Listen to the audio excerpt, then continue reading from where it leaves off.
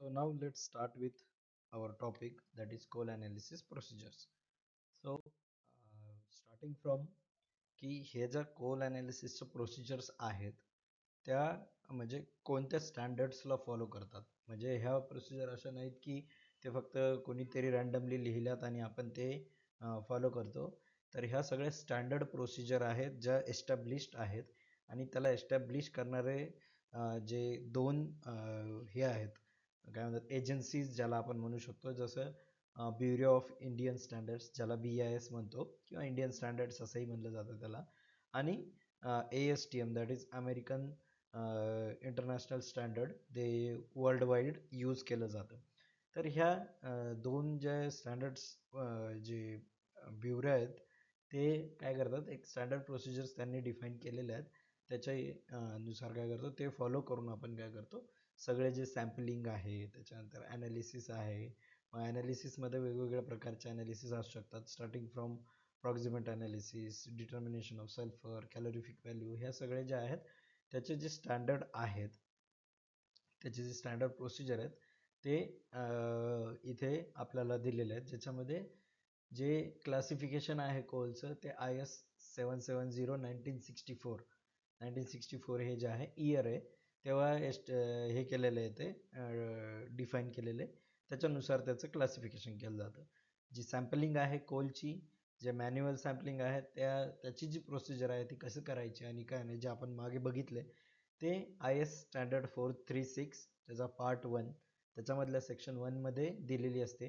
तेही 1964मध्येच एस्टॅब्लिश केले होते, पण त्याला रिअफर्म केलं. रिअफर्म करणं म्हणजे काय, की त्याच्यामध्ये काहीतरी स्लाइटली चेंजेस किंवा मॉडिफिकेशन्स आले असतील, त्याला रिअफर्मेशन म्हणतात, जे 1994मध्ये झालं.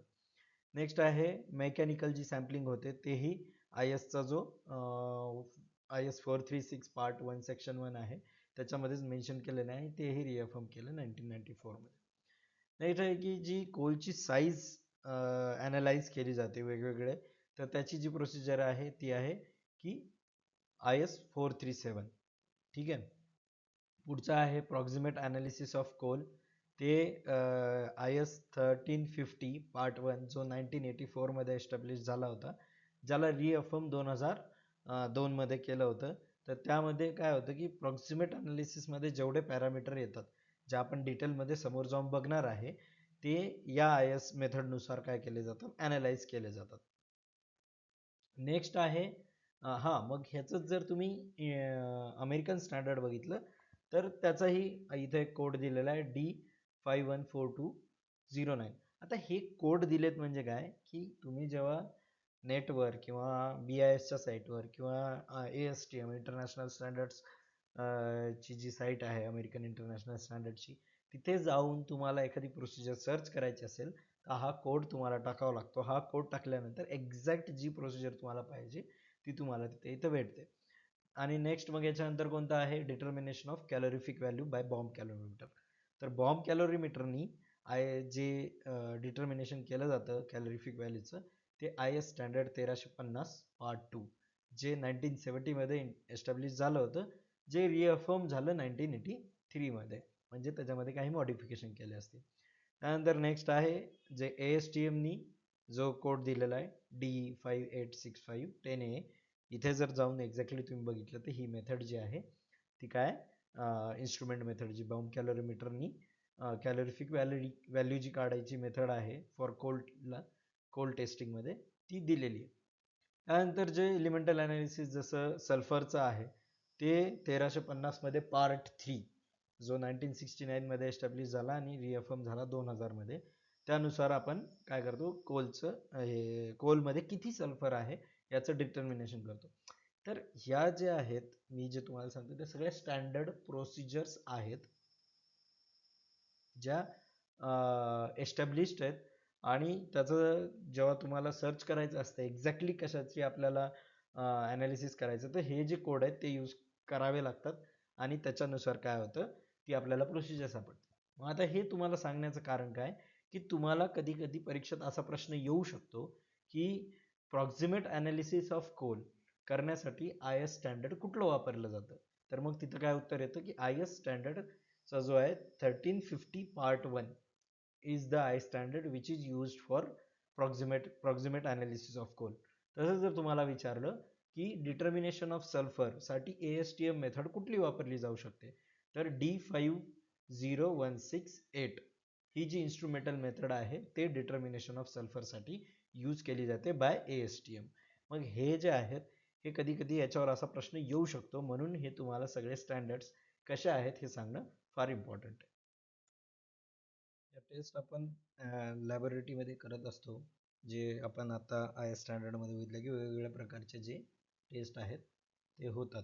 म्हणजे ॲनालिसिस जे आहे कोलचं वेगवेगळ्या पद्धतीनं होतं. मग हे जे आहे जे आपण लॅबमध्ये करतोय त्याचं जे इम्पॉर्टन्स आहे ते काय आहे की जे जर आपल्याला ॲक्युरेट रिझल्ट्स भेटले तर आपल्याला कळतं की कोणत्या क्वालिटीचा कोळसा आपल्याकडे अवेलेबल आहे आणि तो आपल्या याच्यामध्ये फर्नेसमध्ये जाण्या अगोदर त्याला आपण बर्न करण्या अगोदर आपल्याला कळतं की त्याची किती क्वांटिटी वगैरे लागणार आहे आणि जे क्वालिटी आहे त्याच्यावर क्वांटिटी डिपेंड असते आणि क्वांटिटीवर डिपेंड असते की आपलं जनरेशन किती इफिशियंट होतं.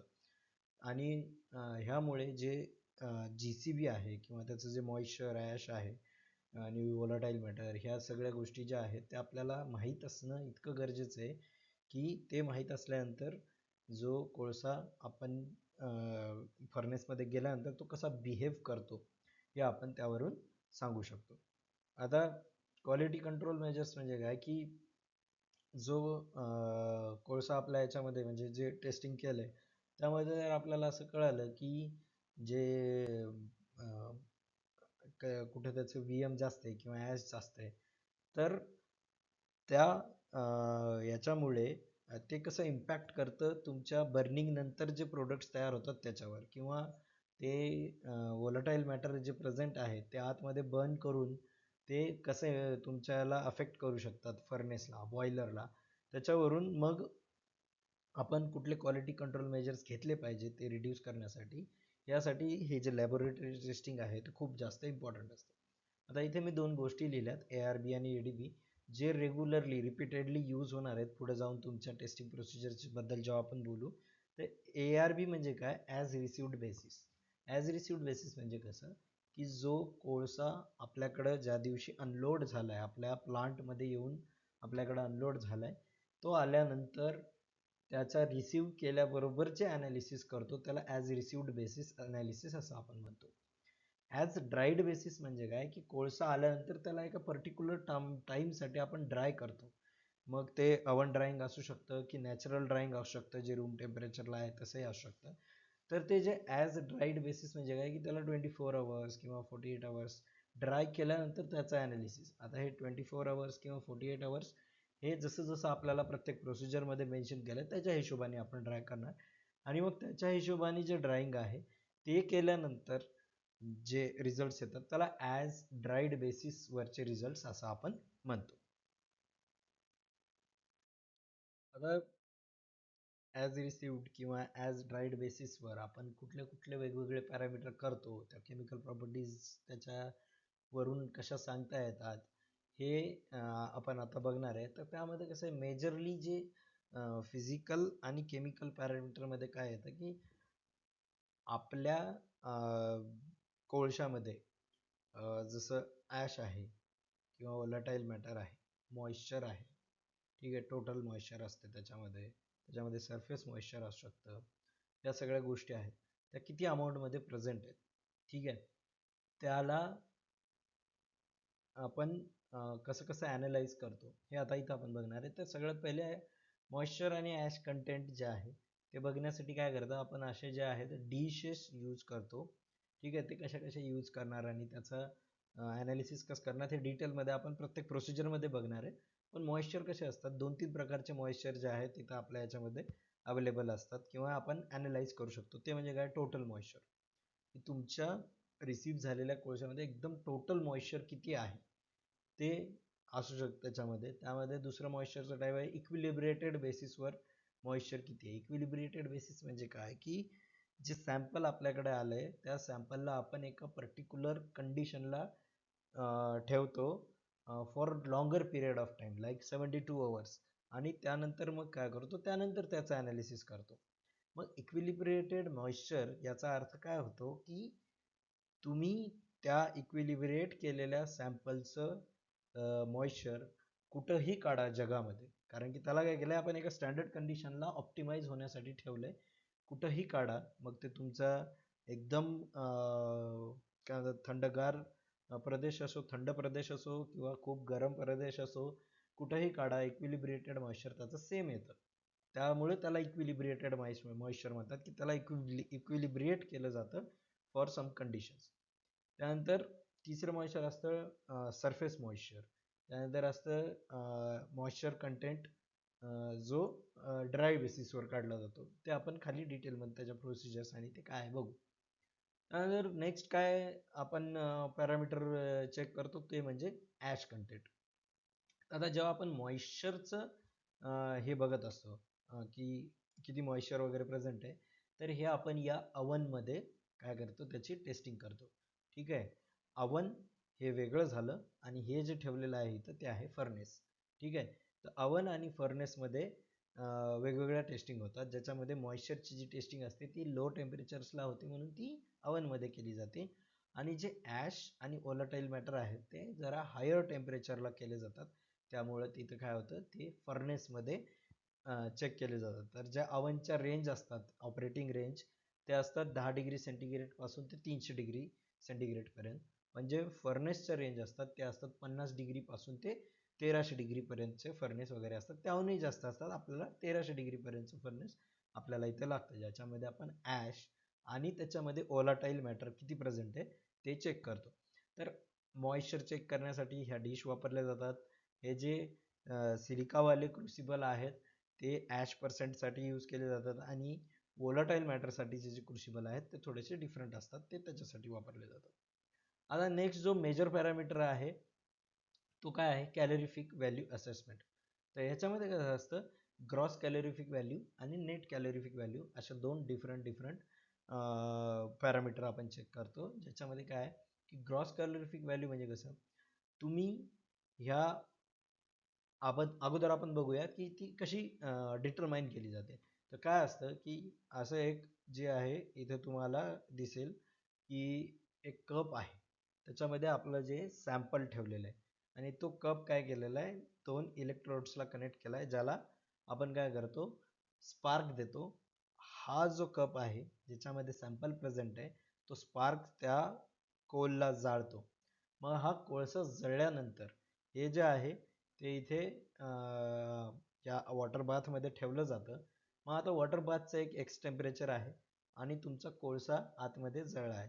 तर कोळसा जळल्यानंतर ह्या टेम्परेचरमध्ये किती डिफरन्स आला, म्हणजे ह्या पूर्ण सिस्टीममध्ये एक हा कोल जळाल्यानंतर किती टेम्परेचर चेंज झालं, ह्या टेम्परेचर चेंजवरून आणि किती अमाऊंट तुमची जी आहे प्रेझेंट तुमच्या कोलची त्याच्यावरून ते हीट चेंज जो आहे त्याच्यावरून काय केलं जातं कॅलोरिफिक व्हॅल्यू काढली जाते. मग कॅलोरिफिक व्हॅल्यू काढताना आता इथं दोन गोष्टी होतात. एक की ह्याच्यामध्ये काय होतं काही वॉटर वेपर्स जनरेट होतात जे त्या कोळशामध्येच असतात. तर मग त्या वॉटर वेपर्समुळे किती हीट चेंज झाला ते जर आपण कन्सिडर केला आणि त्या कॅलोरिफिक व्हॅल्यूमध्ये जर आपण कोळशामुळे किती हीट चेंज झाला ते जर कन्सिडर केला तर काय होतं ती ग्रॉस कॅलोरिफिक व्हॅल्यू होती.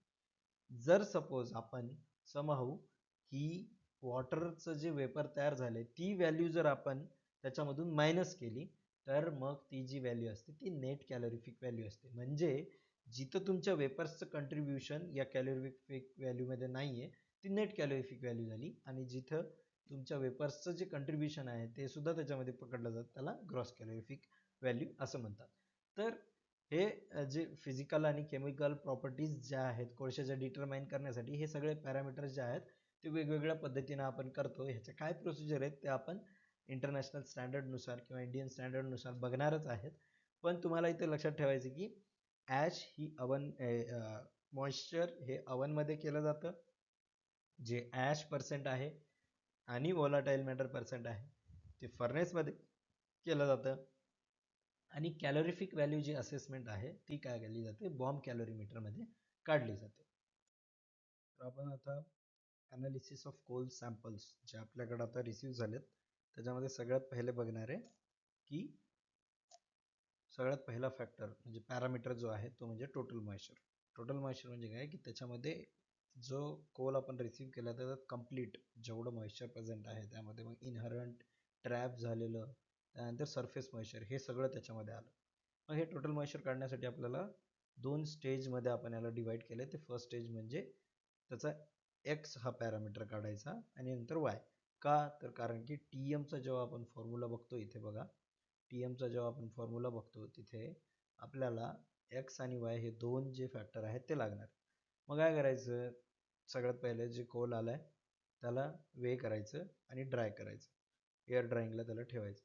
मग इनिशियल वेईंगमध्ये काय की त्या ट्रेमध्ये 4/3 फीट या जे हा जो हे ट्रे आहे त्या मोठ्या ट्रेमध्ये तो कोळसा टाकला जाईल जो आपण क्वार्टर कोनिंग करून काढून घेतलेला आहे.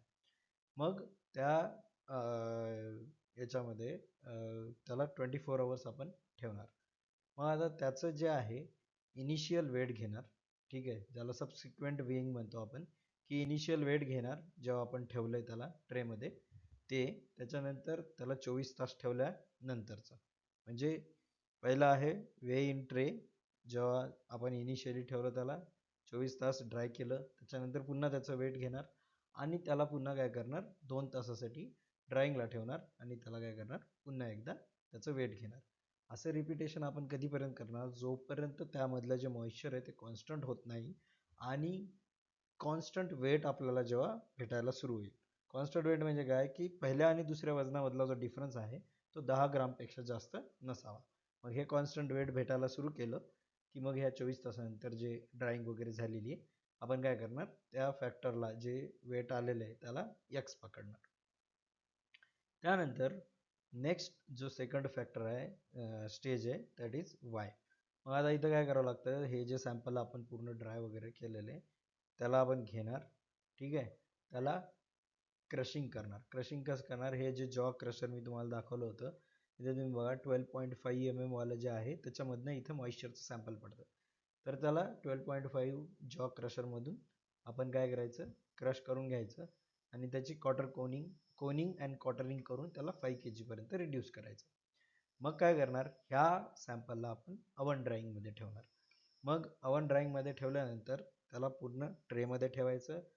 त्या अवनला 38 ± 2 असं सेट करायचं, म्हणजे 40 पासून ते 36 पर्यंतची कुठलंही टेम्परेचर जर ते अवन अटेंड करत असेल तर त्यामध्ये ते ठेवू शकतो आपण.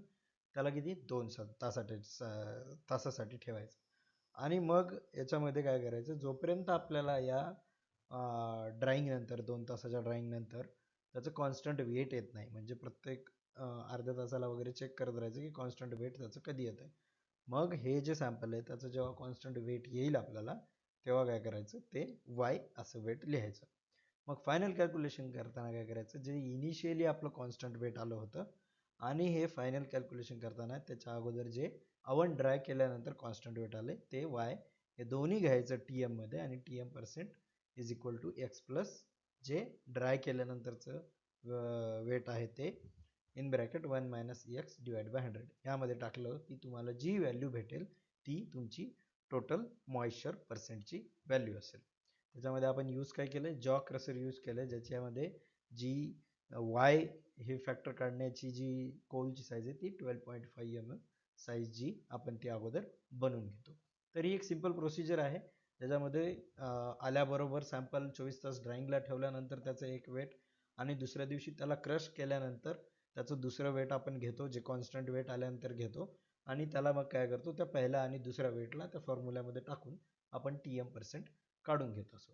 तर हे एक सिंपल प्रोसिजर आहे जी तुम्हाला एकदम व्यवस्थितपणे इथं मी तुम्हाला ब्रेकडाऊन करून सांगितलेली आहे एका फ्लोचार्टमध्ये, जेणेकरून तुम्हाला त्याच्यातल्या सगळ्या बारीक बारीक जे आहेत स्टेप्सही कळतील, ज्यामधून तुम्हाला प्रश्न वगैरे आले असतील की बाबा याच्यामध्ये क्रशिंग केलं जातं का, कोनिंग आणि क्वार्टरिंग केली जाते का, मग क्रशिंग केलं जातं तर ते कोणत्या साईजमध्ये केलं जातं, मग याचे जे अवनमध्ये याला ठेवलं जातं तर त्या अवनमध्ये ठेवण्याची जे टेम्परेचर आहे ते किती आहे, किंवा त्याला लागणारा वेळ किती आहे, त्याला अगोदर जी इनिशियल ड्रायिंग द्यायची ती किती तासासाठी द्यायची, असे क्वेश्चन येऊ शकतात जे इथं प्रत्येक प्रश्नाचं तुम्हाला इथं उत्तर या स्लाइडमध्ये भेटून जाईल.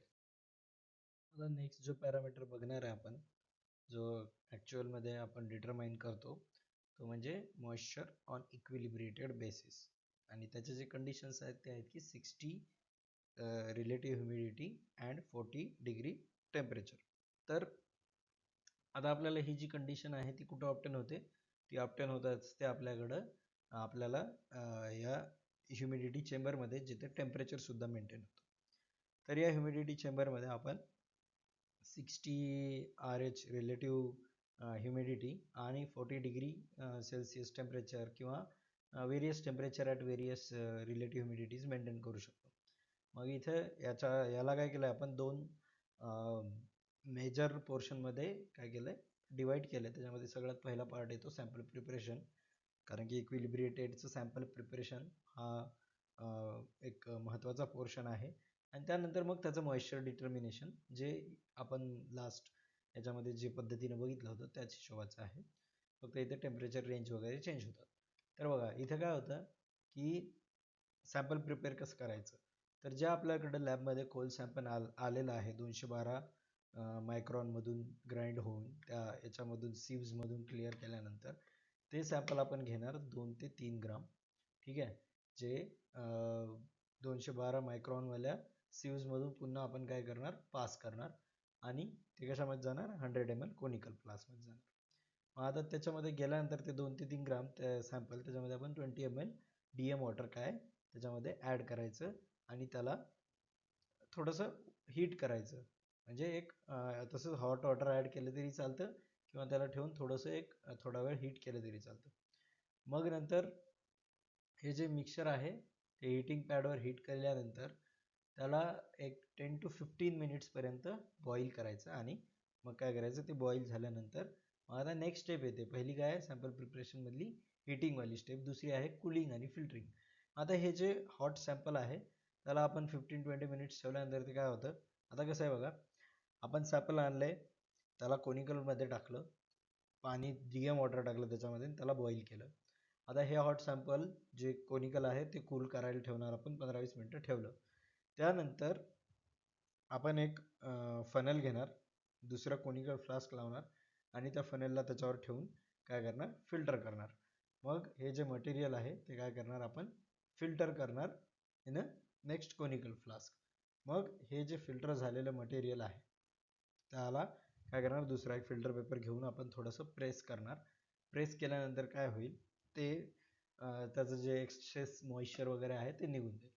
आणि तिथं जर त्या ड्राईंगमुळे काही लम्प्स वगैरे तयार झाले असतील तर ते लम्प्स सगळे ब्रेक करायचे स्पॅच्युलानी. ठीक आहे.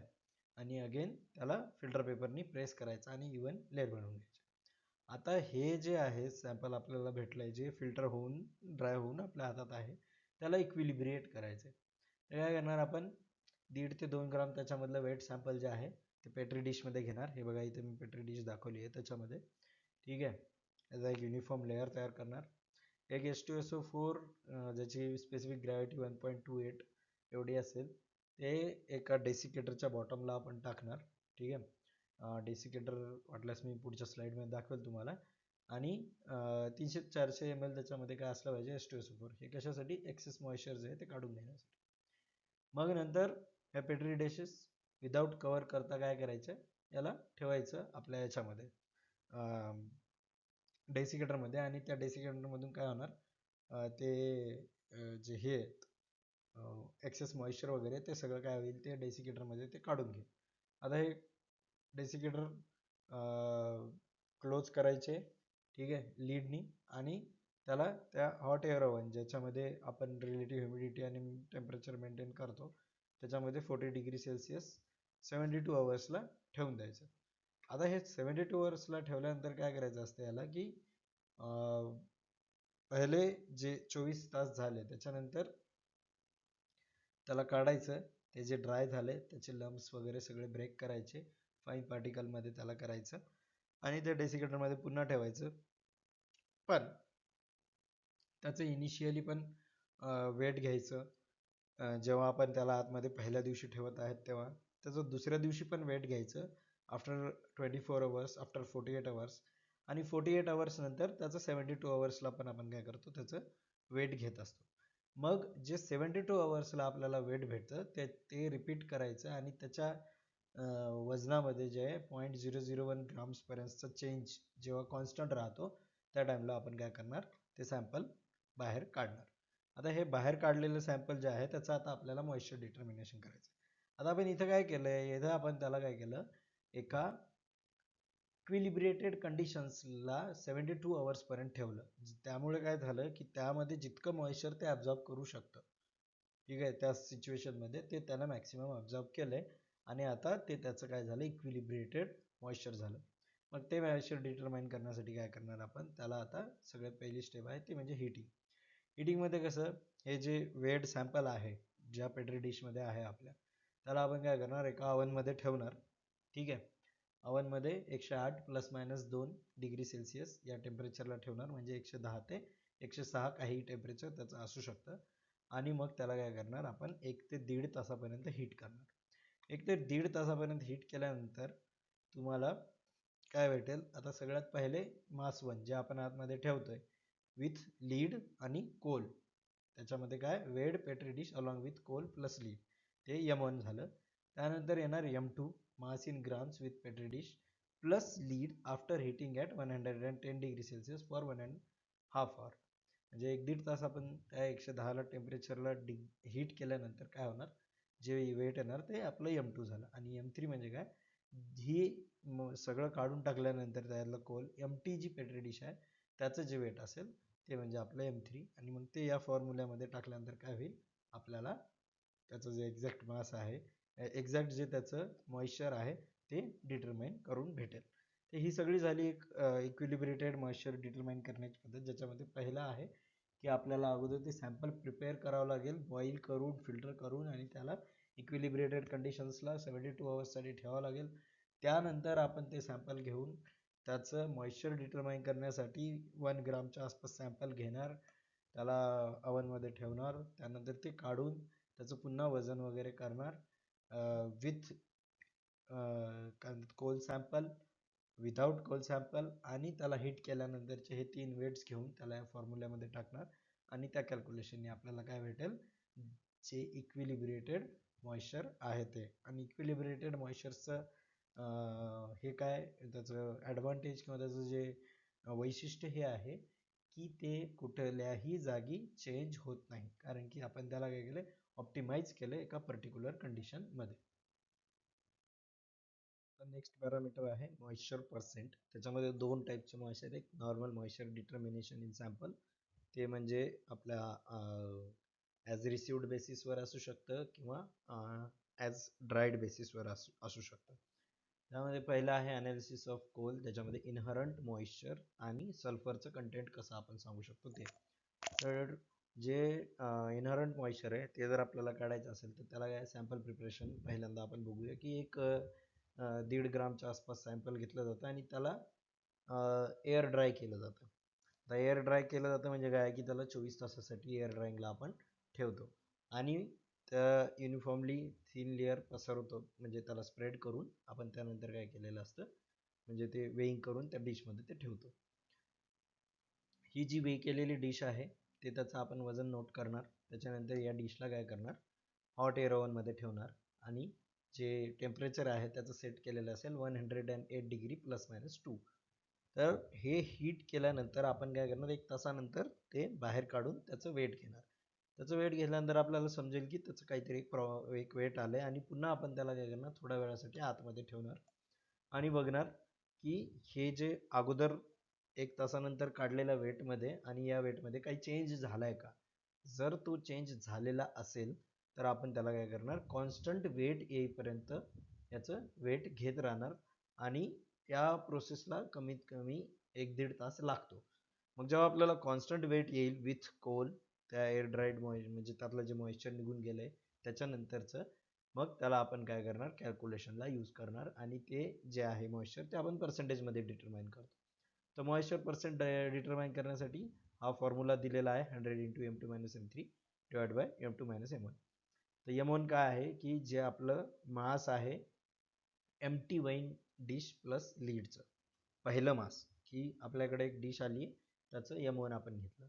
M2 काय आहे, mass of weighing dish with lid plus coal. मग आता आपण त्याच्यामध्ये कोळसा टाकलाय, मग त्याला आपण वे करणार. आता आपण काय केलं, पहिल्यांदा डिश घेतली, त्याचं वेट घेतलं, दुसऱ्यांदा आपण त्याच्यात कोल टाकला, त्याचं पण वेट घेतलं. हे दोन्ही वजनं आपण लिहून ठेवणार. आणि तिसरं जे M3 आहे, M3 is a mass in grams of weighing dish with lid plus dry coal. म्हणजे काय, आपण अवनमध्ये ठेवण्याच्या अगोदर दोन वजनं घेतली. आता अवनमध्ये ठेवल्यानंतरचं जे वजन आहे, जे कॉन्स्टंट वेट आपल्याला आले, ते म्हणजे आपलं M3 आहे. मग हे M1, M2, M3 हे तिन्ही वजनं घेतल्यानंतर आपण ते त्या वरच्या फॉर्म्युल्यात जर टाकले, तर आपल्याला एअर ड्राईड बेसिसवरचं जे मॉइश्चर आहे, ज्याला आपण इनहरंट मॉइश्चर म्हणतो, ते आपल्याला भेटेल. आणि ते आपण कसं काढतो, एअर ड्राईड बेसिसवर. एअर ड्राईड बेसिस म्हणजे काय, त्याला आपण 24 अवर्ससाठी काय करतो, एका ट्रेमध्ये ड्राय करायला ठेवतो आणि मग त्याला वे करून आपण हिटिंग ओव्हनमध्ये टाकतो आणि कॉन्स्टंट वेट येईपर्यंत त्याला हीट करतो आणि त्याच्यानंतर ते फॉर्म्युल्यामध्ये सगळ्या व्हॅल्यूज पुट करून M1, M2, M3 आपण त्याचं एअर ड्राईड बेसिसवरचं मॉइश्चर काढतो. ह्यानंतरचं आहे मॉइश्चर डिटर्मिनेशन इन सॅम्पल. ठीक आहे, ते कसं आहे, ॲज रिसिव्ड बेसिस, म्हणजे आपल्याकडे सॅम्पल आल्याबरोबर आपण त्याला कसं काढू शकतो.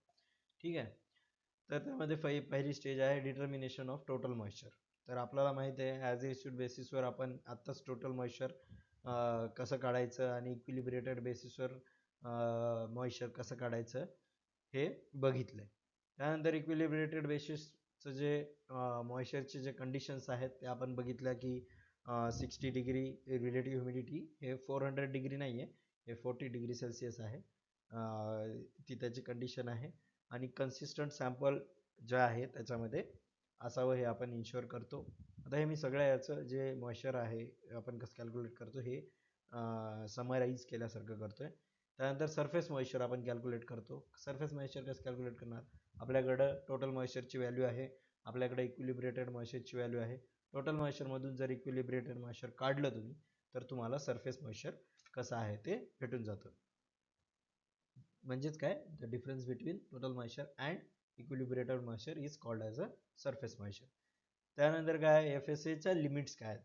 ठीक आहे, त्यांनी आपल्याला काही लिमिट दिलेल्या आहेत की जे सीझनल मॉइश्चर असतं आपल्या कोलमध्ये ते 7% असतं फेअर सीझन म्हणजे जून ते सप्टेंबरमध्ये वगैरे, आणि जेव्हा रेनी सीझन असतं ते 9% मॅक्सिमम जाऊ शकतं. मग ह्यापेक्षा जास्त जर आपलं जात असेल तर आपल्याला त्या कोलमध्ये काहीतरी इश्यू आहे असं आपण म्हणू शकतो. पण युजली आम्ही जेव्हा आता टेस्टिंग करतो तर आम्हाला समजून येतं की जे मॉइश्चर आहे ते लेस दॅन 7% ही पर्सेंटेजेस भेटतं बऱ्याचदा आम्हाला, एखाद्या वेळेस मोर दॅन 7% आपल्याला ते भेटत असतं.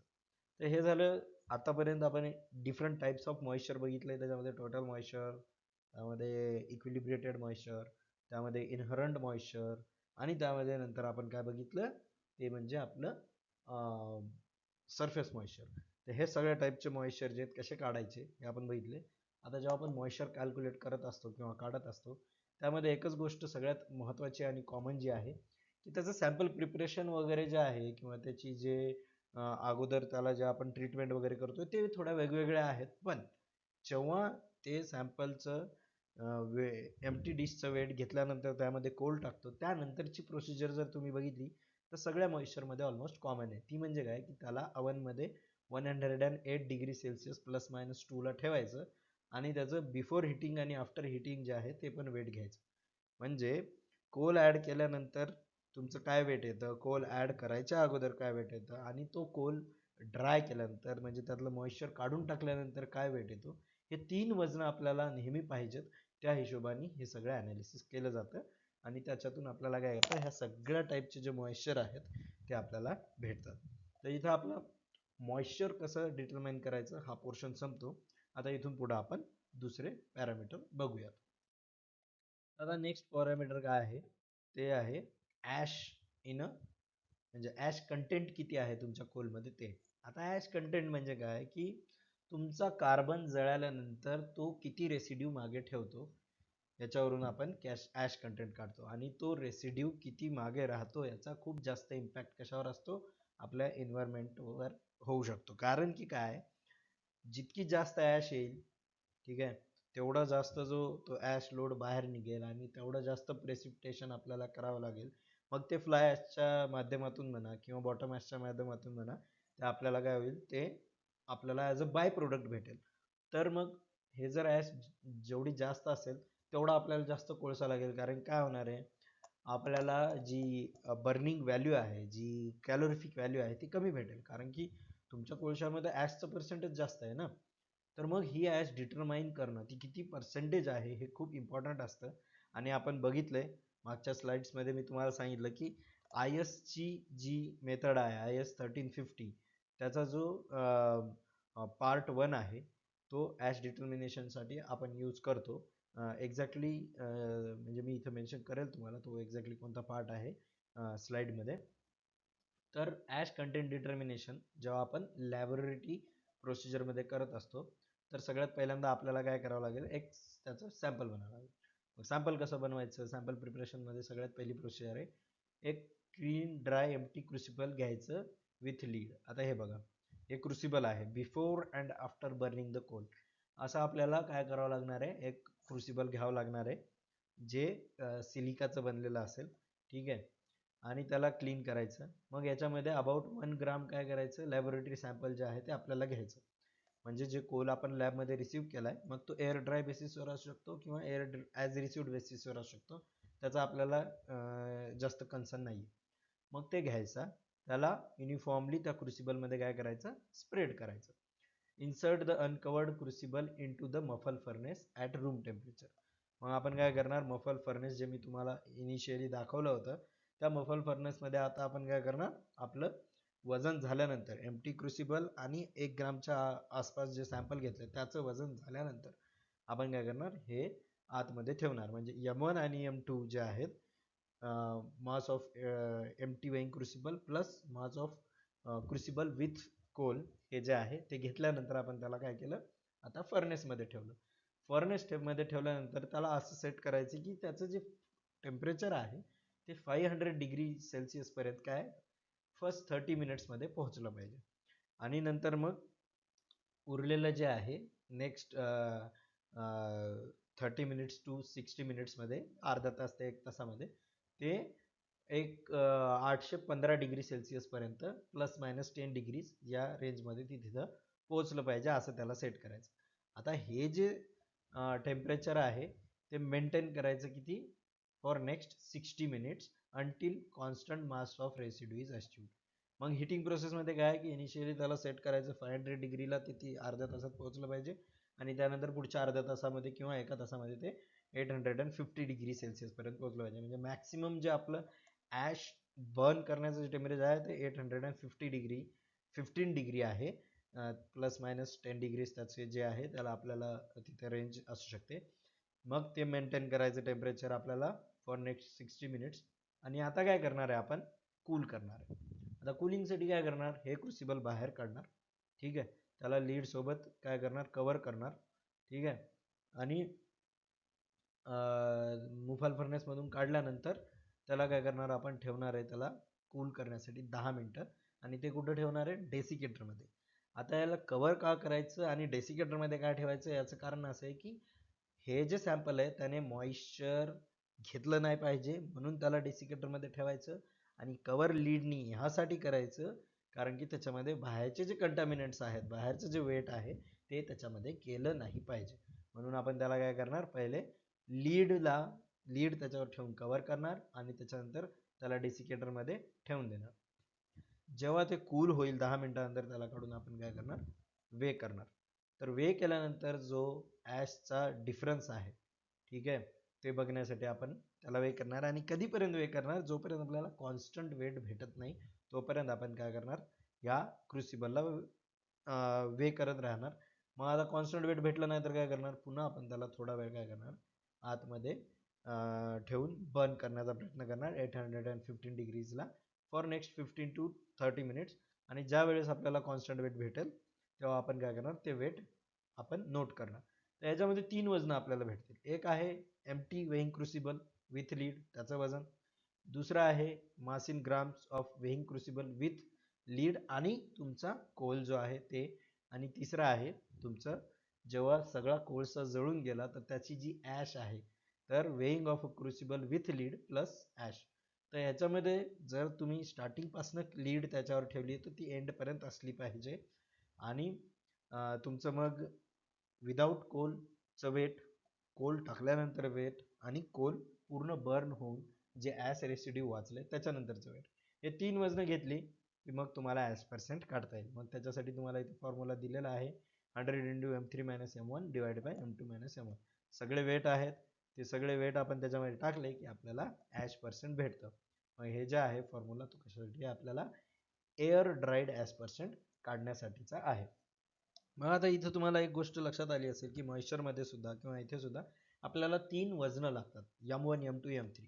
M1 जे आहे विदाऊट कोल विथ क्रुसिबलचं वेट आहे विथ लीड. दुसरं जे आहे with coal and with lid क्रुसिबलचं वेट आहे. आणि तिसरं जे आहे with burnt ash plus lid जे आपल्या क्रुसिबलचं वेट आहे ते.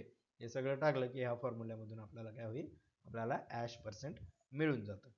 तर इथे आपलं हे ॲशचं ॲनालिसिस संपतं. आणि तुम्ही इथं बघू शकता की ही जे आहे सिलिका क्रुसिबल त्याच्यासाठी यूज केले जातात आणि त्याच्यासाठी काय यूज केलं जातं, मफल फर्नेस यूज केलं जातं. तर तुम्ही इथं बघू शकता की त्याचं जे हीटिंग टाईम आहे तो 1.5 ते 2 तासाचा असू शकतो आणि त्याला 850 डिग्री ±10 हे जे आहे मफल फर्नेसचं टेम्परेचर लागत असतं. ओके, तर आता आपण नेक्स्ट पॅरामीटर बघूयात, तो आहे व्होलाटाईल मॅटर. तर आपल्या जे कोल सॅम्पल आपण रिसीव करतो त्याला आपण ड्राय करतो 24 तासासाठी. त्यानंतर त्याला आपण व्होलाटाईल मॅटर त्याच्यामध्ये चेक करतो, AD बेसिस म्हणजे एअर ड्राय बेसिस. तर ते करण्यासाठी काय असतं की आता एक्झॅक्टली व्होलाटाईल मॅटर म्हणजे काय, तर व्होलाटाईल मॅटर म्हणजे जे आपल्या कोळशामध्ये ऑर्गॅनिक मॉइटीज आहेत, ठीक आहे, ज्या तिथं प्रेझेंट आहेत किंवा इनऑर्गॅनिक मॉइटीज आहेत जे अदर दॅन कार्बन किंवा सल्फर तुमच्या आहेत, त्या ज्या आहेत ते आहेत व्होलाटाईल मॅटर. जे काय करतात, जे फर्नेसमध्ये जाऊन तिथे क्लिंकर्स फॉर्म करतात. म्हणजे काय करतात, हे अनइव्हनली बर्न करतात, ज्याच्यामुळे काय होतं की तिथे आपल्या फर्नेसमध्ये आपल्याला काय होऊ शकतो, इश्यू होऊ शकतो. कारण की फर्नेसमध्ये जर कोळसा जर इव्हनली बर्न होत असेल तर आपल्याला एक कॉन्स्टंट हीट आउटपुट भेटतो आणि त्याच्यामुळे बॉयलर जे आहे त्याची इफिशियन्सी जी आहे ती व्यवस्थित राहते. पण ते जर अनइव्हन होत असेल तर तो प्रॉब्लेम क्रिएट करतो आणि त्याच्यामध्ये प्रॉब्लेम क्रिएशन जे आहे ते व्होलाटाईल मॅटरमध्ये होण्याचे चान्सेस खूप जास्त आहेत. तर याच्यामध्ये आपण काय करतो की व्होलाटाईल मॅटरचं डिटर्मिनेशन करताना तीच सेम प्रोसिजर आहे. पहिल्यांदा आपल्याला सॅम्पल प्रिपेअर करावं लागतं आणि त्यानंतर मग त्याचं आणल्यानंतर जे ॲनालिसिस आपण ते करत असतो. मग स्टार्टिंग फ्रॉम की आता इथे मी तुम्हाला डेफिनेशन जे आहे ती सांगितलीच आहे की एक्झॅक्टली व्होलाटाईल मॅटरची डेफिनेशन काय. त्यासाठी आपण मफल फर्नेस यूज करतो, त्याच्यासाठी आपण हे जे क्रुसिबल्स आहेत ते वापरतो जे व्होलाटाईल मॅटर मेजर करण्यासाठी वापरले जातात. हे क्रुसिबल जे आहेत ते सिलिका मेड आहेत, पण याचा जे शेप आहे तो वेगळा आहे आपल्या सिलिका क्रुसिबल जे आपण सिलिका डिश जे आपण याच्यासाठी यूज करत होतो ॲश कंटेंटसाठी. ठीक आहे, इथे काय असतं की सेम प्रोसिजर आपल्याला 3 वजनं इथं लागणार आहेत. एक आहे एम्प्टी क्रुसिबलचं, दुसरं आहे त्याच्यामध्ये कोल टाकल्यानंतरचं, आणि तिसरं जे वेट आहे ते आपल्याला लागणार आहे हे व्होलाटाईल मॅटर त्याच्यामधून निघून गेल्यानंतरचं. फक्त इथं पॅरामीटर जो आहे, जो फॅक्टर आहे, तो चेंज कोणता होणार आहे की त्याचं टेम्परेचर काय असेल, ठीक आहे, आणि त्याला किती वेळ आपण फर्नेसमध्ये ठेवणार आहे. सो याच्यासाठी काय करावं लागतं की तो वेट% लॉस जो आहे तो आपण बघतो 900 डिग्री सेल्सिअसला.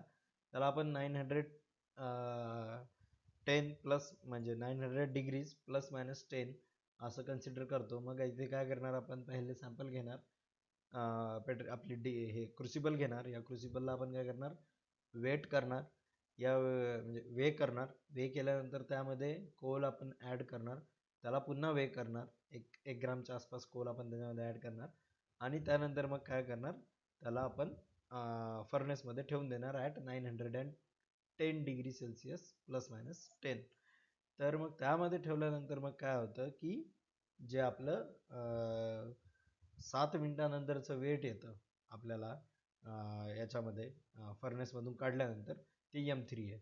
मग हे M3 वजन आल्यानंतर आपण काय करणार, या फॉर्म्युल्यानुसार, हा फॉर्म्युला इथे चुकीचा आला आहे तर इथे मी करेक्ट केला आहे तो 100 × M2 - M3 / M2 - M1 - जे मॉइश्चर आपण या सॅम्पलचं काढलंय, अगोदरच्या प्रोसिजरमध्ये एअर ड्राईड मॉइश्चर बघितलं आपण, ते मॉइश्चर याच्यामधनं आपल्याला काय करावं लागतं, मॉइश्चर जे आहे मायनस करावं लागतं. मग आपल्याला काय भेटते, वोलाटाईल मॅटरची जी आहे ती व्हॅल्यू भेटते. इथेच आपण काय अजून फिक्स कार्बन पण काढू शकतो. ठीक आहे, फिक्स कार्बन काय असतं की जे आपल्याकडे वोलाटाईल मॅटर आहे, ॲश आहे आणि मॉइश्चर आहे, त्या सगळ्यांना जर तुम्ही 100मधून मायनस केलं, ठीक आहे, तर आपल्याला काय भेटते, फिक्स कार्बन पर्सेंटची जी आहे ती व्हॅल्यू भेटते. तर इथे मग आपण दोन गोष्टी शिकलो, एक आहे वोलाटाईल मॅटर कसं कॅल्क्युलेट करणार आणि दुसरं आहे फिक्स कार्बन कसं कॅल्क्युलेट करणार.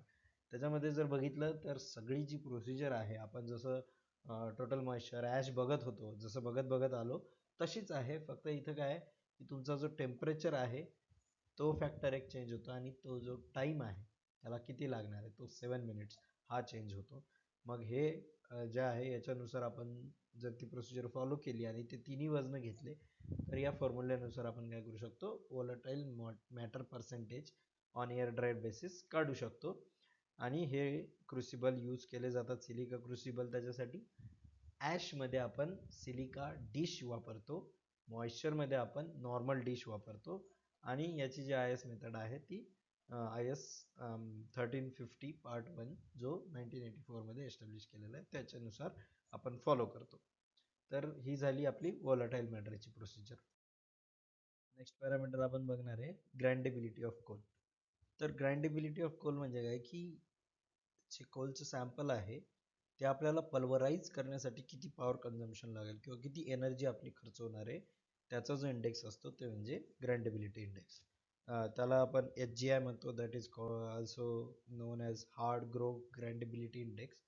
तर ते जे आहे काय असतं आणि त्याचे काय काय फीचर्स आहेत ते आपण आता बघणार आहेत. तर मेजर ऑफ हार्डनेस, ओके, की ग्राइंडेबिलिटी म्हणजे काय की त्याच्या हार्डनेसचं जे मेजरमेंट आहे म्हणजे grindability index. So HGI indicates easiness of coal towards pulverisation, की किती इझिली कोल आपण पल्वराईज करू शकतो हे HGIचा जो इंडेक्स आहे तो सांगतो. ठीक आहे, आणि ह्याचाच अर्थ काय की मग हे पल्वराईज करण्यासाठी जर कमी मेहनत लागत असेल तर कमी पॉवर कन्झम्पशन त्याच्यासाठी लागणार. म्हणून मग it also relates with the power consumption which is actually related to the efficiency and life of a cold mill. And HGI index जो असतो त्याच्यावर ह्या सगळ्या गोष्टी काय असतात, डिपेंड असतात. यामध्ये दोन टाईपचे असतात, हार्ड ग्रो ग्राइंडेबिलिटी इंडेक्स आणि दुसरा आहे US बॉल मिल इंडेक्स. हे ॲडिशनल इंडेक्स आहे जो ग्राइंडेबिलिटी मेजर करण्यासाठी यूज केला जातो. आपण HGI बद्दल आज शिकणार आहेत. तर HGIचे काय असतात की HGIची जी स्केल आहे ती इन जनरल 10 to 100 असते आणि इंडियन TPSचा जो कोल असतो त्याच्यामध्ये काय 50 ते 60 HGI या रेंजमध्ये आपल्याला काय भेटते, त्याचा इंडेक्स भेटत असतो. मग ह्याला कॅल्क्युलेट कसं करायचं, तर HGI इक्वेशन आहे त्याच्यामध्ये 13 + 6.9 इंटू W, म्हणजे W काय आहे, W is the gram of coal passing through 200 mesh sieve after 50 gram of coal. ठीक आहे, 16 to 30 mesh are grounded in a standard mill of 60 revolution. आता हे कसं आहे, याची प्रोसिजर काय आहे ते आपण अपकमिंग स्लाइड्समध्ये बघूयात. तर इथे बघा की याची पहिल्यांदा सॅम्पलिंग कशी केली जाते आणि त्यानंतर मग त्याचं जे सॅम्पल आहे ते प्रिपेअर झाल्यानंतर त्याचं ॲनालिसिस कसं झालं हे ते आपण येणाऱ्या स्लाईडमध्ये बघणार आहे. आपण काय करणार, पहिल्यांदा ग्रॉस सॅम्पल घेणार, ठीक आहे, त्याला क्रश करणार 4.75 mm साईजमध्ये. मग ते क्रश झाल्यानंतर एअर ड्राय करायचं 1 kg ऑफ 4.75 mm वाला कोल फॉर 24 to 48 hours. ठीक आहे, आता हे जे एंटायर पोर्शन आहे 4.75 mm वाला तो काय करायचा 1.18 mm मधून काय करायचा, सिव्हमधून काढायचा. ठीक आहे, त्यानंतर त्याचा जो पोर्शन आहे त्याला क्रश केल्यानंतर जे ओव्हरसाईज पार्टिकल आहेत 1.18 mm मधून ते आपण साईडला करणार. या सॅम्पलचं जे अमाऊंट आहे ते आपण आता काय करणार, रिड्यूस करणार 50% मध्ये. ठीक आहे, मग या सॅम्पलमधून 120 ग्राम ऑफ टेस्ट सॅम्पल ते 600 मायक्रॉनमधून 5 मिनटं काय करणार आपण सिव्हमधून काढून घेणार. तर पहिल्यांदा इथे आहे बघा 4.75 mm तेवढ्या याला ग्राइंड करायचं, मग त्याला क्रश करायचं 1.18 mm मध्ये आणि त्याला पुन्हा चाळून काय करायचं 0.6 mm मधून ट्रान्सफर करायचं. तर आता बघा इथे मी तुम्हाला दाखवतो की ती प्रोसिजर ॲक्च्युली कशी केली जाते. इथे तुम्ही बघू शकता की 4.75 mm आहे, त्यानंतर खाली जे आहे तुमचं 1.18 mm आहे आणि शेवटी जे आहे 0.6 mm आहे. आता याच्यामध्ये दोन आहेत की हे जे वर सॅम्पल उडतं +600 मायक्रॉन वालं ते तुमचं सॅम्पल आहे आणि त्यामधून जे काही सगळं खाली गेलंय विच इज <600 मायक्रॉन ते काय आहे तुमचं रिजेक्ट आहे. मग आता इथे हे जे आहे तुमचं सॅम्पल प्रिपेअर झालंय जे कोणते 600 मायक्रॉन वालं तुम्ही घेतलंय. आता हे जे सॅम्पल आले त्याचं आपल्याला काय करायचंय पुढे जाऊन ग्राइंडेबिलिटी इंडेक्स साठी काय करायचं यूज करायचं आहे त्याचं सॅम्पल म्हणून आणि ते कसं केलं जातं ते बघूया आपण. तर इथे बघा आता याला काय केलं पहिल्यांदा या सॅम्पलला ते 50 ग्राम सॅम्पल जे 600 मायक्रॉन मधून घेतले त्याला काय केलं आपण ग्राइंड करण्यासाठी काढले आणि त्याच्या 60 revolution sample for 60 revolutions in SGI machine for 4 minute.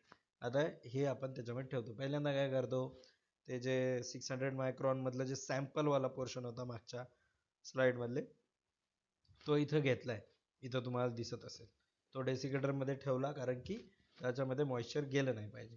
मग त्यानंतर हे 600 मायक्रॉन वाला आपण काय केलं ट्रान्सफर केलं in our ball mill.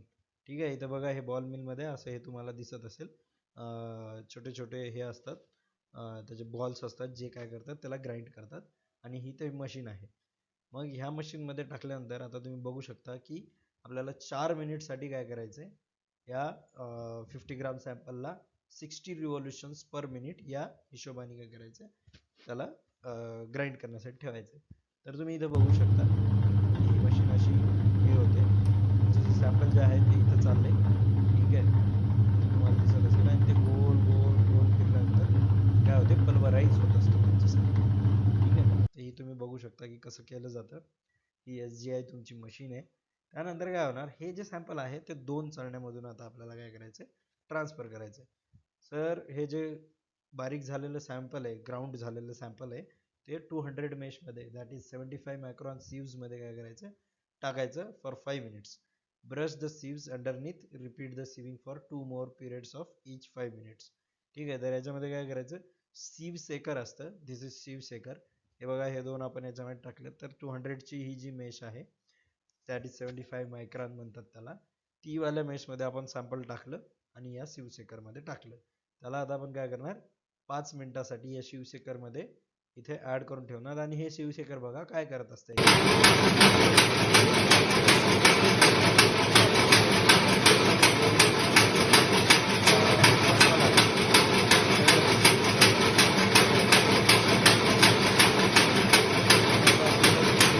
Cycle आहे. ही जी सायकल आहे ती अजून दोनदा रिपीट करायची आहे कारण की काय होणार सगळं सॅम्पल जे आहे ते खाली निघून जाणार. आता काय होणार की या 75 मायक्रॉन मध्ये काही सॅम्पल उरेल आणि काही खाली निघून जाईल.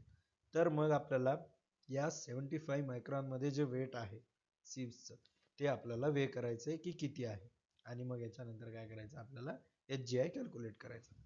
तर आपण काय सपोज करूया की आपण इनिशियली जे आहे सॅम्पल जे आहे 101 ग्राम घेतलं होतं याच्यामध्ये टाकलं होतं आणि weight of sample dish with काय म्हणतात ते 75 मायक्रॉन मध्ये जे उरलं आपल्या ते आलं किती 93. मग आपल्याला हे W काढायचं आहे. हा जो W आहे तो काढण्यासाठी काय करणार आपण जेवढा आपण सॅम्पल घेतलं होतं मायनस जेवढा आपण काय केले आपल्या weight of sample with dish जे आलेलं आहे 75 मायक्रॉन मध्ये म्हणजे 600 मायक्रॉन वाल्यामधनं आपण 75 मायक्रॉन मधलं मायनस करणार आणि आपल्याला भेटणार 7.79 which is our W. So हा W जो आहे तो इथे यूज करणार जेव्हा आपण SGI इज इक्वल टू 13 प्लस 6.93 इंटू W दॅट इज 7.79 जे उत्तर आहे त्याचं त्याला करतो तेव्हा त्याचा काय येतो SGI 67 येतो. तर तुम्हाला काय फॉर्म्युला लक्षात ठेवायचा आहे SGI इज इक्वल टू 13 प्लस 6.93 into W is something which is the 600 micron minus 75 micron जे वेट असतं त्याच्यामधला जो डिफरन्स आहे तो आहे W. तर हा जो W आहे हा खूप इम्पॉर्टंट फॅक्टर आहे आणि याच्यावरून कळतं की हे जो ग्राइंडेबिलिटी इंडेक्स आहे त्याच्यावरून की तुमचा कोल हा किती हार्ड आहे आणि तो किती इझिली ग्राउंड केला जाऊ शकतो आणि त्याच्यामुळे तुमच्या मिलवर जो इफेक्ट आहे कोल ग्राउंड करण्यासाठी तो किती कमी होऊ शकतो. कारण काय होतं कधी कधी जे कोल येतो त्याच्यामध्ये मिक्स दगडं येतात आणि मग त्याच्यावरून आपल्याला त्या कोलची जे इंडेक्स काढून बघावं लागतो की बाबा हा जो हे आहे कोल आहे तो व्यवस्थित त्या एच जी आय रेंजमध्ये आहे का, म्हणजे तो आपल्याला ट्रान्सफर करण्या अगोदर त्याचं काय पाहिजे, त्याची जी क्वालिटी आहे एच जी आयची जी त्याची हे आहे ते व्हॅल्यू आहे ती आपल्याला माहीत पाहिजे. आणि मग त्या याने जर तो व्यवस्थित रेंजमध्ये असेल तर आपण निश्चितपणे काय करू शकतो, त्याला आपल्या बॉल मिलमध्ये टाकू शकतो. तो जर त्या रेंजमध्ये नसेल तर प्रॉब्लेम काय होतो की बॉल मिलवर जास्त इम्पॅक्ट पडू शकतो आणि त्याच्यामुळे काय होतं की त्याचं जे मेंटेनन्स वर्क लवकर निघेल, त्याची जी इफिशियन्सी आहे ती कमी होईल आणि तो कोळसा व्यवस्थित बारीक होणार नाही, मग तो बंकरमध्ये जाऊन त्याची साईज छोटी होणार नाही. हे सगळे जे आहेत ते प्रॉब्लेम्स आपल्याला दिसतील. म्हणून हा एच जी आय इंडेक्स हा खूप इम्पॉर्टंट फॅक्टर त्याच्यामध्ये काय असतो ठरत असतो. तर या स्लाइडमध्ये बघूया आपण की ही म्हणजे सगळ्यात इम्पॉर्टंट स्लाइड आहे जे आपण आत्तापर्यंत शिकलोय त्याची. आणि ती का, कारण की इथे आपण बघूया सगळे जे ॲनालिसिस पॅरामीटर आहेत त्यांचं जे कॅल्क्युलेशन आहे किंवा त्याला किती वेळ लागतो, हिटिंग टाईम किती, त्याचे कंडिशन्स काय, टेम्परेचर किती, या सगळ्या गोष्टी आणि त्याचं सगळ्यात महत्त्वाचं म्हणजे काय सिग्निफिकन्स आहे ते इथं आपण डिस्कस केलं. So starting from total moisture, आता आपण इथं बघा की जे आपण तिथे याच्यामध्ये शिकलो होतो की 2 स्टेजमध्ये आपण त्याला करतो एक्स आणि वाय काढतो. तर ते मग 24 आवर्स पर 2 + 2 आवर्स त्याच्यामध्ये एअर ड्राईंग करून काय करतो एक्स फॅक्टर काढतो. त्याच्यानंतर स्टेज 2मध्ये अराउंड 2 आवर्स त्याला 40 डिग्रीला ठेवून मग काय करतो त्याचं वाय फॅक्टर काढतो आणि ते या फॉर्म्युल्यामध्ये यूज करून काय करतो टोटल मॉइश्चर काढत असतो. याच्यात कंडिशन मग काय आपल्याला लक्षात ठेवायची की कॉन्स्टंट वेट येईपर्यंत काय करायचं, त्याला त्याचं वजन घेत राहायचं किंवा त्याचं मॉइश्चर आहे ते ड्राय करत राहायचं. त्याचा सिग्निफिकन्स काय आहे की त्याची कंबशन इफिशियन्सी आपल्या कोलची किती आणि ट्रान्सपोर्ट वेटमध्ये काय डिफरन्स वगैरे आला आहे का ते जाणून घेण्यासाठी. नेक्स्ट आहे इनहरंट मॉइश्चर कंटेंट, म्हणजेच ए डी बी बेसिसवर जे आपण मॉइश्चर काढतो ते. त्यामध्ये जी हिटिंग टाईम आहे 1 to 1.5 आवर आहे. जे टेम्परेचर आहे ते आपण इथं बघतोय की अराउंड 108 डिग्री ±2. आणि त्यानंतर त्याचे 3 वजन आपण घेतो डिशचे, जे इनिशियल वेट असतं आपल्या डिशचं जे एम टी आहे विथ लीड. दुसरं असतं ते की त्याच्यामध्ये कोल टाकल्यानंतर जे मास ऑफ डिश येतं विथ कोल. आणि तिसरं म्हणजे ड्राय केल्यानंतर काय येतं ते, आणि मग त्याच्यावरनं हा फॉर्म्युला. आता याच्यामध्ये काय स्पेशल एक गोष्ट आपल्याला म्हणजे त्याच्यात काय लक्षात ठेवायची कंडिशन की त्याला इव्हनली आपण काय केलं पाहिजे, स्प्रेड केलेलं पाहिजे. म्हणजे ते काय होतं मॉइश्चर त्यातलं व्यवस्थित निघून जातं. आणि त्याचा सिग्निफिकन्स असाच आहे की त्याची जी कंबशन इफिशियन्सी वगैरे आहे ते सांगत असते. सल्फर कंटेंटला काय की हे ट्यूब फर्नेसमध्ये होतं ॲट 1350 डिग्री सेल्सिअस आणि calculated from the SO2 release during the combustion. मग याच्यामध्ये स्पेशली आपल्याला तिथं काय करावं लागतं, एक्सेस ऑक्सिजन द्यावं लागतं टू फॉर्म द SO2. आणि जेवढं आपल्याला सल्फर येतं आहे त्याच्यावरून आपण काय सिग्निफिकंट आपल्याला त्या गोष्टीचं आहे किंवा ते काय सांगतं की हे एन्व्हायरमेंटमध्ये इमिशन SO2चं किती होणार आहे आपल्या त्या कोळशामध्ये. इक्विलिब्रेटेड मॉइश्चर आपण सगळं बघितलं आहे की पहिल्यांदा 72 आवर्सपर्यंतचं कॉन्स्टंट वेट येईपर्यंत आपण त्याला वेट करणार. त्यानंतर आपण त्याला 40 डिग्रीला अवनमध्ये काय करणार, हीट करणार डेसिकेटर यूज करून. आणि नेक्स्ट आहे त्याचं जे मॉइश्चर काढायचं असतं ते आपण नॉर्मली जे 108 डिग्री सेल्सिअस आणि ±2 डिग्री याला काढतो, ज्याच्यामध्ये M1 M2 M3 कॅल्क्युलेट करतो आणि ते आपल्या फॉर्म्युल्यामध्ये टाकून आपलं कॅल्क्युलेशन करत असतो. तर इथे जेव्हा आपण याला ह्युमिडिटी चेंबरमध्ये ठेवतो तेव्हा 60 रिलेटिव्ह ह्युमिडिटी आणि 40 डिग्री टेम्परेचर याला ठेवून त्याला काय करतो, 3 दिवस आपण ते सॅम्पल आतमध्ये ठेवलेलं असतं. त्यानंतर आपण त्याचं मॉइश्चर करतो. नेक्स्ट आहे सरफेस मॉइश्चर. याला कोणत्याही कंडिशन्स लागत नाहीत कारण की हे डायरेक्ट फॉर्म्युला येऊन कॅल्क्युलेशन आहे. त्याच्यामध्ये सरफेस मॉइश्चर जे आहे TM मधून जेव्हा इक्विलिब्रेटेड मॉइश्चर काढून टाकतो आपण टोटल मॉइश्चरमधून, तेव्हा आपल्याला काय भेटतं, सरफेस मॉइश्चर भेटतं. आणि हे आपल्याला कंबशन एफिशियन्सी आणि ट्रान्सफर रेटमध्ये काय डिफरन्स झाला याच्याबद्दल सांगू शकतो. नेक्स्ट आहे ॲश कंटेंट, की किती ॲश आपल्या कोलमध्ये प्रेझेंट आहे. तर त्याच्यामध्ये काय आहे ॲश कंटेंटमध्ये, की पहिल्यांदा त्याला 30 मिनिट्स 500ला ठेवावं लागतं आणि पुढचे 30 to 60 मिनिट्स ते काय होणार, तुमच्या 850 डिग्री सेल्सिअसला जाणार आणि तिथून 1 तासानंतर आपण त्याचं वेट घेणार. तोपर्यंत वेट घेणार जोपर्यंत ते कॉन्स्टंट वेट आपल्याला भेटतं. मग weight without coal, with coal आणि जे ॲश आहे ती बर्न झाल्यानंतरचं त्या डिशचं, त्या सिलिका क्रुसिबलचं जे वेट आहे किंवा सिलिका डिशचं जे वेट आहे ते घेतो आणि आपण कॅल्क्युलेशन करत असतो. तर हे काय सिग्निफिकन्स आहे याचा, की नॉन कंबस्टिबल मटेरियल्स काय काय प्रेझेंट आहेत आपल्या ॲशमध्ये ते आपल्याला हे सांगत असतं. नेक्स्ट आहे व्हॉलाटाईल मॅटर कंटेंट, ज्याला लागणारा वेळ आहे तो फर्नेसमध्ये 7 मिनिट्स आपण ठेवतो आणि त्याला 910 डिग्री सेल्सिअसला ठेवत असतो. नेक्स्ट मग त्याचं M1 M3 M2 आणि M3 काढल्यानंतर त्याच्यावर फॉर्म्युल्यावरून हे कॅल्क्युलेशन आपण करू शकतो. आणि इथे काय रिड्युसिंग ॲटमॉस्फिअर त्याला पाहिजे, त्याच्यामध्ये मग त्याचं जे व्हॉलाटाईल मॅटर आहे ते व्यवस्थित निघून जातं. आणि इग्निशनच्या काय कॅरेक्टरिस्टिक असतात, तिथं व्हॉलाटाईल मॅटर जेव्हा आपल्या फर्नेसमध्ये बर्न होतं तेव्हा ते काय काय कशा प्रकारे बिहेव करू शकतं याच्याबद्दल आपल्याला काय होतं इथं कळत असतं.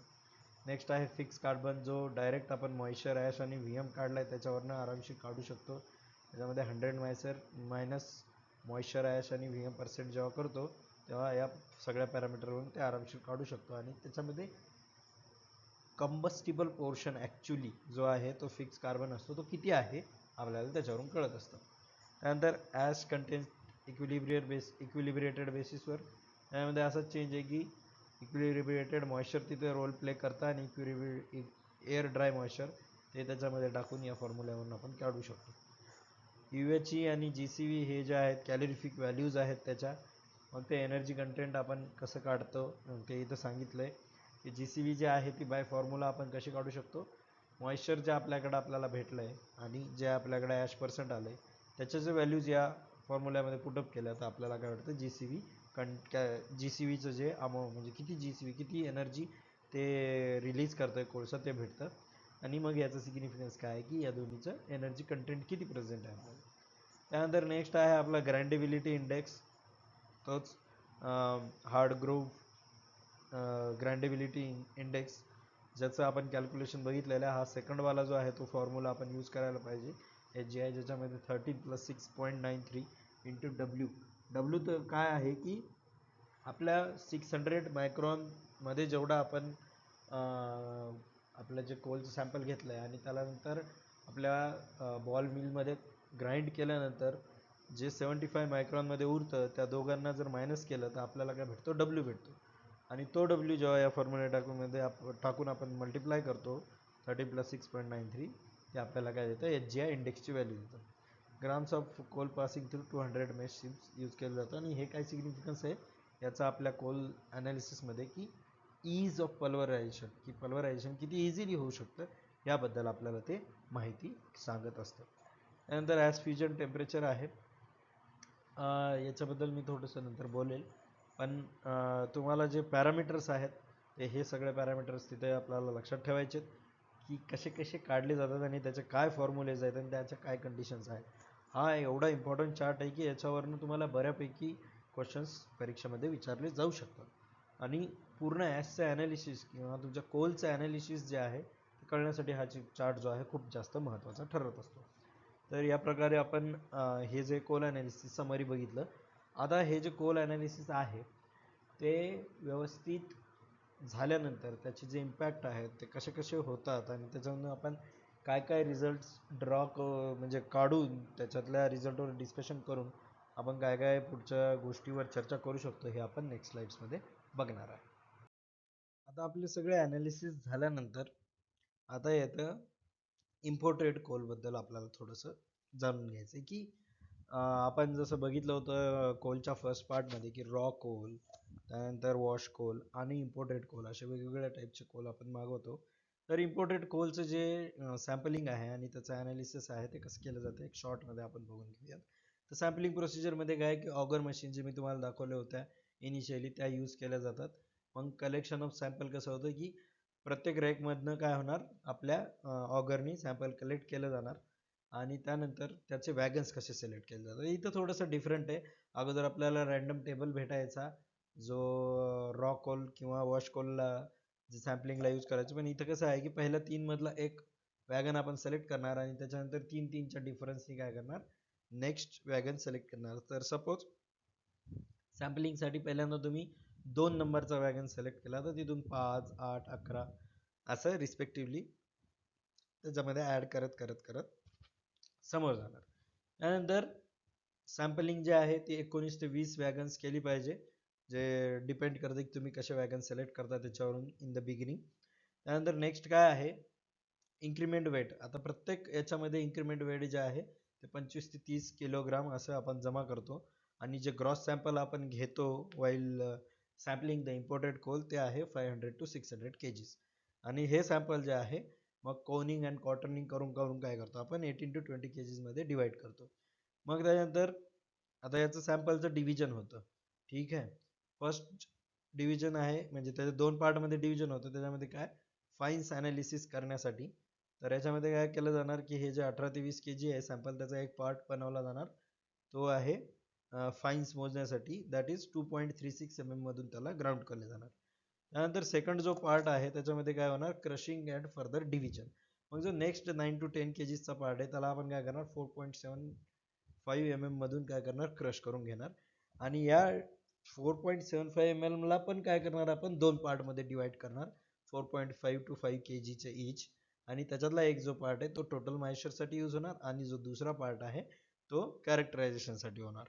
तर जो पार्ट 2 आहे सॅम्पलचा ऑफ 4.75 mm वाला will kept in air drawing for 24 hours. म्हणजे इथं काय होणार की आता जो 4.75 mm वाला आहे त्याला एअर ड्रायला आपण ठेवलेला आहे, त्याच्यामधून आपण काय करणार आहे त्याचं पल्वरायझेशन केल्यानंतर त्याचे जे प्रॉक्सिमेट ॲनालिसिस वगैरे करणार आहे. तर final reduction and pulverisation reduction to smaller amount. आता हे जे आहे आपल्याकडे एअर ड्राय सॅम्पल जे आहे ते अप्रॉक्सिमेटली 1.5 ते 2 kg मध्ये रिड्यूस केलं जातं आणि त्याची कॉटनिंग आणि कोनिंग अँड कॉटनिंग करून घेतलेली असते. पल्वरायझेशन फॉर कॅरेक्टरायझेशन. तर हे जे सॅम्पल आपण 1.5 ते 2 kg वाला सॅम्पल घेतोय याला पल्वराइज करून 250 मायक्रॉन्स मध्ये त्याला आपण हे करून घेतो ग्राउंड करून घेतो किंवा पल्वराइज करून घेतो. आणि हे जे सॅम्पल आहे मग याचे काय करणार आपण पॅकिंग करणार आणि पॅकिंग कशी करणार याचे 3 डिफरंट पॅक्स बनवणार. एक पॅक जाणार महाजन कोला, दुसरा जाणार थर्मल पॉवर प्लांटला. महाजन कोला म्हणजे कोणाला की तो आम्ही याचोला पाठवत असो, दुसरा असतो जो थर्मल पॉवर प्लांटमध्ये जिथं टेस्टिंग होते तिथं, आणि तिसरा जो असतो तो एक रेफर करण्यासाठी की हे सॅम्पल जे आपण घेतले त्याच्यामध्ये ॲनालिसिस करताना जर कुठं आपल्याला असं झालं की ही ॲनालिसिस बरोबर नव्हती तर हे रेफरीवालं जे सॅम्पल आहे ते यूज केलं जातं आणि ते यूज करून काय करतो आपण हे जे ॲनालिसिस आहे ते रिपीट करू शकतो.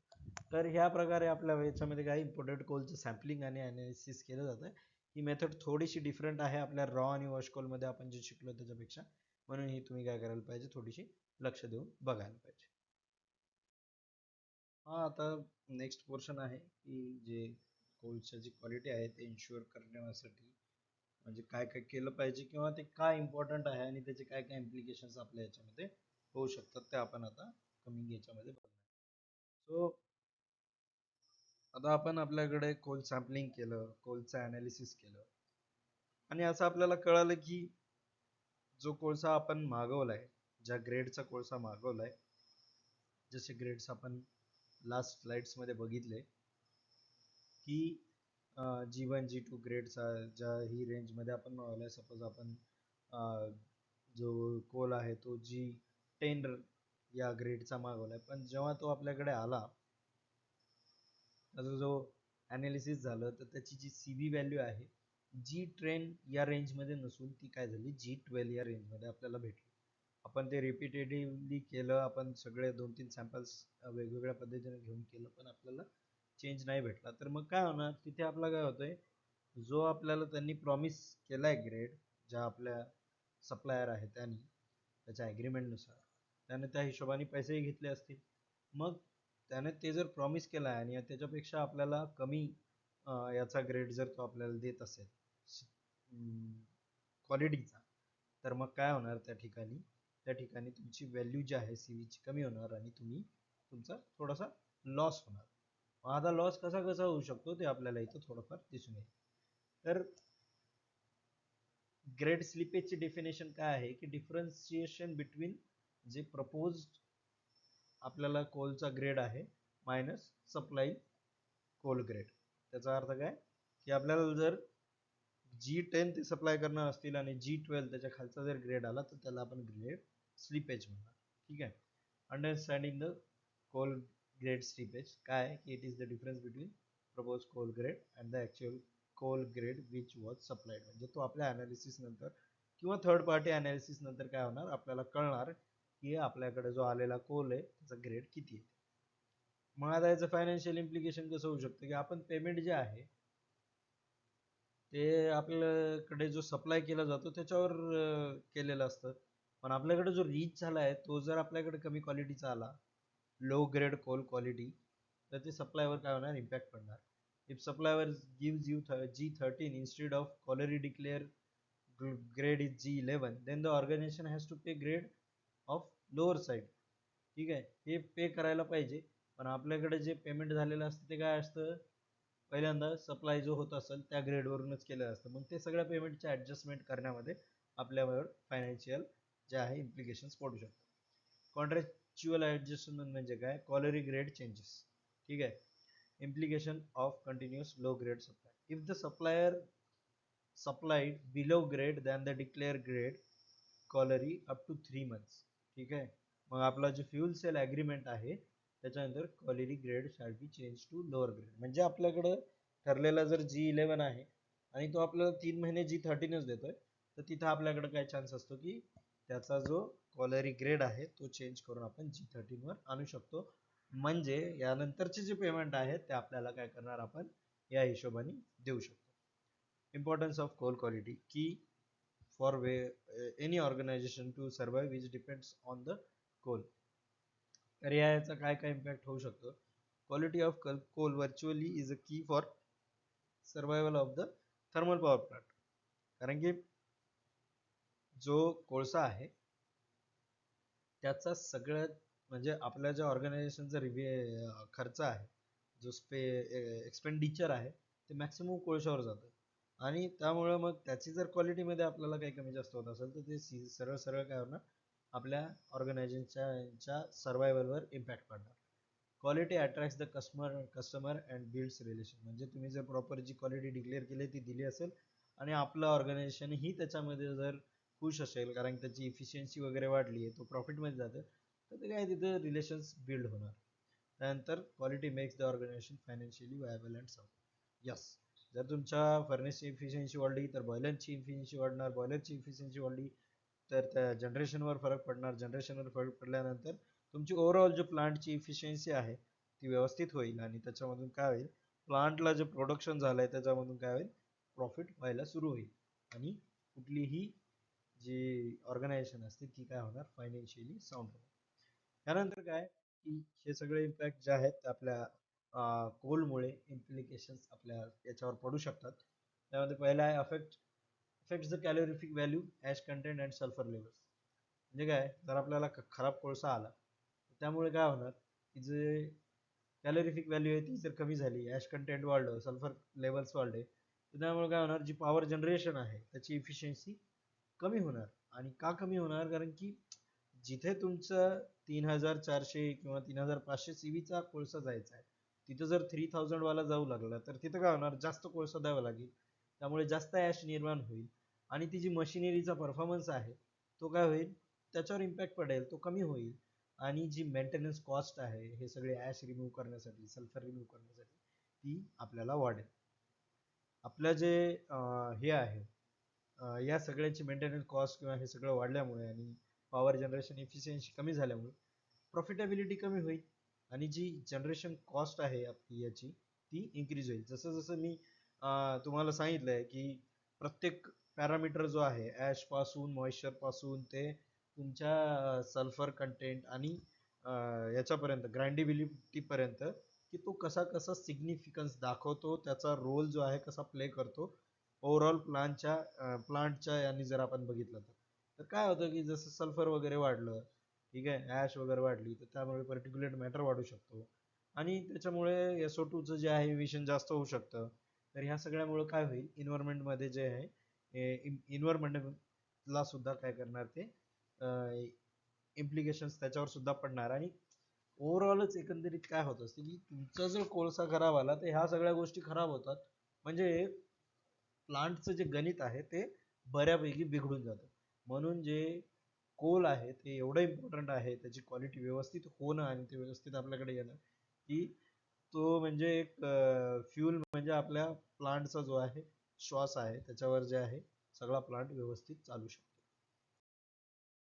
सो आपण आता एंड कडे आलोय आपल्या सगळ्या या लेक्चरच्या. त्याच्यामध्ये आपण पहिला पार्ट आणि दुसरा पार्ट जो आहे त्याच्यामध्ये introduction to coal utilisation in thermal power plant बघितलं होतं की कसं कसं कोल युटिलाइज केलं जातं, कोलची सायकल काय आहे, कुठल्या कुठल्या मार्गातून तो जातो आणि त्याचे बाय प्रोडक्ट, त्याचे साईड प्रोडक्ट्स काय आहेत, तो इन्व्हायरमेंटमध्ये वगैरे कसं सोडला जातो.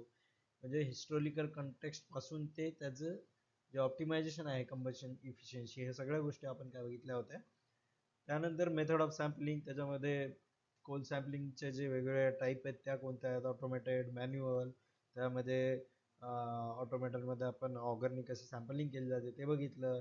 त्याच्या काय गाईडलाईन्स आहेत, कोणत्या रॅकमधनं आपण सॅम्पल घेऊ शकतो, कुठले कुठले वॅगन कसे कसे सिलेक्ट करतात, त्या रँडम टेबल काय असतो. त्यानंतर इंडस्ट्रीचे जे स्टँडर्ड्स काय आहेत सॅम्पलिंग करण्याचे, की किती सॅम्पल घेतलं पाहिजे, त्याचं कुठल्या लेवलपर्यंत रिडक्शन केलं पाहिजे, त्याची फ्रिक्वेन्सी काय असली पाहिजे, त्याचं वेगवेगळ्या याचे लोकेशन काय असले पाहिजे, ह्या सगळ्या गोष्टी ज्या आहेत आपण सॅम्पलिंगमध्ये बघितलं.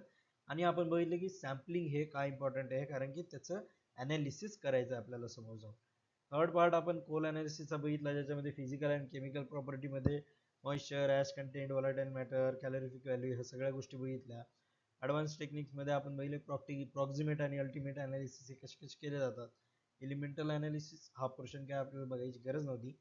त्यानंतर रोल ऑफ लॅबोरेटरी टेस्टिंग किंवा ॲक्युरेट रिझल्ट्स येण्यासाठी सगळ्या जे प्रोसिजर आहेत त्या किती व्यवस्थितपणे आपण फॉलो केल्या पाहिजे आणि ते काय काय आहेत हे आपण इथे शिकलो. मग इन्शुरिंग द क्वालिटी अँड इफिशियन्सीमध्ये आपण बघितलं की जे कोळसा आहे त्याचं आल्यानंतर त्यावेळी ते मॉनिटरिंग होणं, कोणत्या क्वालिटीचा कोळसा वगैरे आला आहे त्याचं प्रॉपर ॲनालिसिस वगैरे होणे, या सगळ्या गोष्टी ज्या आहेत ते त्याच्यावर लक्ष ठेवणं. किंवा हे जे जर बॅड क्वालिटी कोळसा आला तर त्याच्यामुळे आपल्याला कसा कसा हे होऊ शकतो, इफिशियन्सीवर, इन्व्हायरमेंटवर इम्पॅक्ट होऊ शकतो. आणि मग जर ते जर आपल्याला कमी करायचं असेल तर मग आपण आपल्याला त्या कोळशा म्हणजे जो आपण कोळसा रिसीव्ह करतोय त्याची क्वालिटी करणं आणि ते सांगणं की ह्या क्वालिटीचा कोळसा आहे आणि तो या पद्धतीने वापरला पाहिजे, जेणेकरून आपले जे इन्व्हायरमेंटल इम्पॅक्ट वगैरे आहेत ते कमी होतील. तर हे सगळं आपण या पूर्ण लेक्चरमध्ये, दोन्ही लेक्चरमध्ये पार्टमध्ये बघितलंय आणि मला वाटतं ते व्यवस्थित तुम्हाला समजलं असावं. आणि मी प्रत्येक जागी तुम्हाला असे क्वेश्चनही डिस्कस केलेत की बाबा इथे हे क्वेश्चन विचारले जाऊ शकतात, त्यावर तुम्ही फोकस करायला पाहिजे. कोल हा इम्पॉर्टंट पार्ट आहे आपल्या थर्मल पॉवर प्लांटच्या सिलेबसमधला. आणि मला असं वाटतंय की हे व्यवस्थितपणे तुम्हाला इथे समजलं असावं. तुमचे जर काही डाऊट्स वगैरे असतील तर तुम्ही खाली कमेंट्स करून किंवा जे नेक्स्ट सेशन आपण कधी डिस्कस करू ऑनलाईन सेशन त्याच्यामध्ये आपण तुम्ही हे सांगू शकता. ओके, विथ दिस मी तुमच्या सगळ्याच धन्यवाद मानतो की तुम्ही पेशंटली हा लेक्चर बघितला असतील आणि याच्यामधनं तुम्हाला परीक्षेमध्ये नक्कीच फायदा होईल.